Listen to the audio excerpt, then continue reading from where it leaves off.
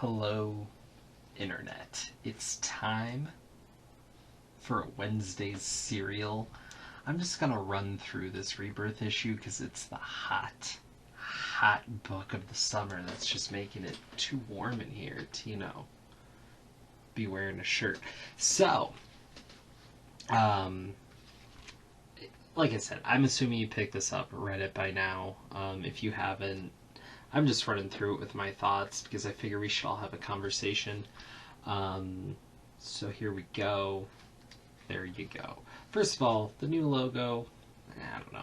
I'm not a huge fan, but it's a little better than their last one, I think. Anyways, so we start off with the whole clock thing, which is okay. And please read after Justice League 50 and 52.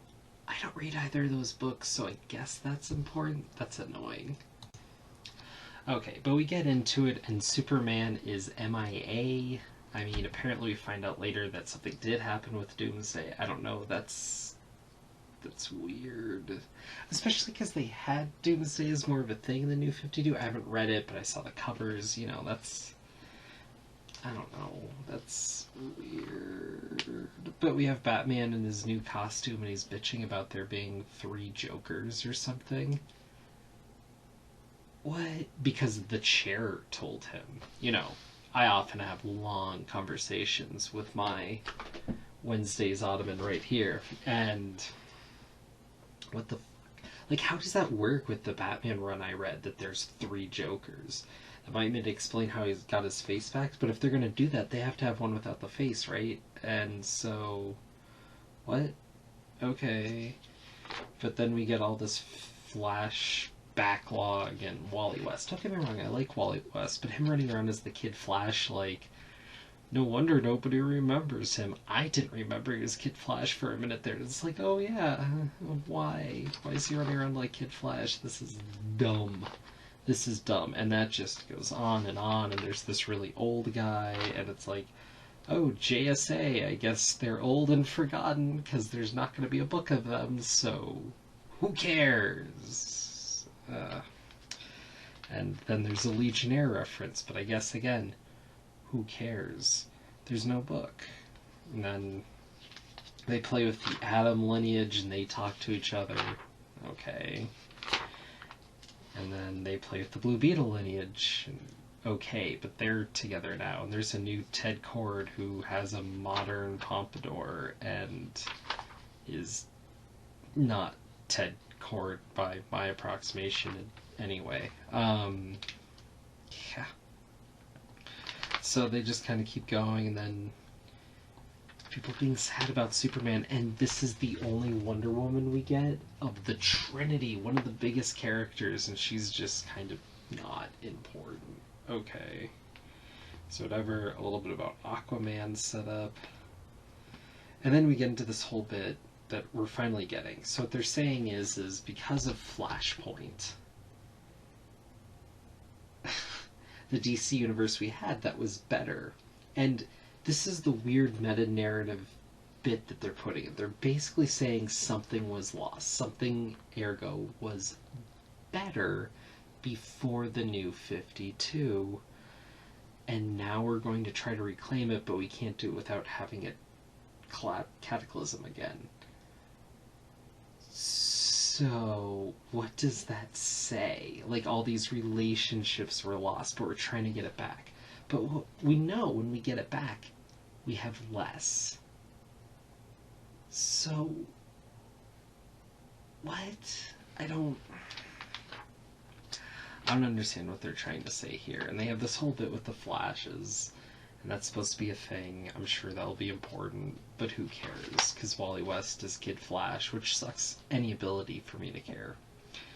Then we jump back to Batman, and it's all about this stupid letter with his father, and oh my gosh, that's so important. And it's like, I get that that's important to Batman, and I get that Batman is metatextually an important character, but the fact that his daddy issues are one of the major causes of this cataclysm throughout the entire universe is so bizarrely egocentric. I can't It's cringy. It's cringy. There's no way around it. That is bad, bad writing. Bad, bad writing. Alright, so after that, we get the button page. You all know, you read it. And then, black page. I'm not complaining about it because $2.99, this many pages. It's not that. It's sloppy. It's sloppy. And then, we get epilogue page. Brr, because this could have been the page that would have been... like, all of this is just filler pacing. No, it's bad comics. And then we get this page. It's supposed to be Watchmen because it's the Grid. Grid is comics history, not Watchmen. And just the pacing here and just what they do, because it's the Grid and they're trying to make it look like Watchmen in a certain way. And the fact that all these other pages, like, none of them quite have that pacing. Like, not quite that look. Some of them even have more panels, but it doesn't work. Like, it's because they don't realize comics, man. And then, oh, it's a watch. Then it becomes the Watchmen watch, and it's supposed to be this whole idea of Dr. Manhattan is saying it because Dr. Manhattan's a god level, and it's like, really? That's where we're at? That's where we're at? DC has to take something that was so controversial when they did before Watchmen did all that, and now they have to play off those characters again? Really? That's sloppy. Like, here's the thing. Here's what makes it worse. DC fought in and got the entire Wildstorm line. When they started Watchmen, it was because they had the Charleston line. They're using Charleston characters in here technically as well. But no, they're using these and they can't leave it alone. And it's like, why?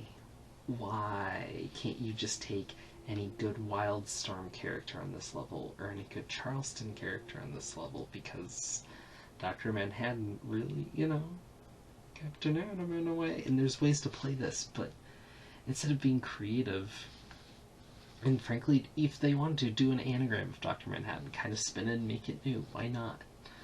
No, we have this, and it's cringy. It's okay, I guess, because they're trying to play off this idea of legacy and whatnot, but man, it's like they're taking a good idea and then they're taking it too far.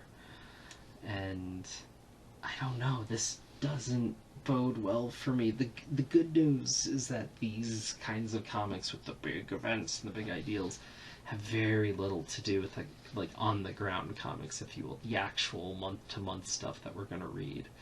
So I don't know, but man, what a fucking kick to the nuts this comic was.